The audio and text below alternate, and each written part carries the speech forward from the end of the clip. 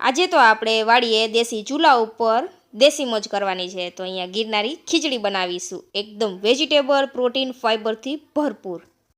શિયાળો છે એટલે લીલા શાકભાજી તો ભરપૂર માત્રામાં મળે છે, તો ખીચડી ખાવાની તો કંઈક મજા જ અલગ હોય છે વાડીએ. તો આપણે સૌથી પહેલાં ખીચડી બાફવા રાખીશું, તો તેના માટે પાણી ગરમ કરી લેશું. તેની અંદર નમક અને હળદર એડ કરી દેવાની અને ખીચડીને આપણે ધોઈને ઉમેરી દેશું. પછી બધા જ ગ્રીન વેજીટેબલ એડ કરી દેશું. તમને જે વેજીટેબલ પસંદ હોય તે બધા જ ઉમેરી દેવાના. સાથે આપણે તેની અંદર માંડવીના દાણા પણ એડ કરી દઈશું અને બધા જ દાણાવાળા શાકભાજી પણ લીધેલા છે. ખીચડી સારી રીતે બફાઈ ગયેલ છે, તો હવે વઘાર કરીશું. તો અહીંયા આપણે ખીચડીને વધુ ટેસ્ટી બનાવવા માટે ભોજ કંપનીના બધા રૂટીન મસાલા લીધા છે, જેમાં હળદર પાવડર, લાલ મરચું પાવડર, ધાણા જીરું પાવડર અને ગરમ મસાલા પાવડર.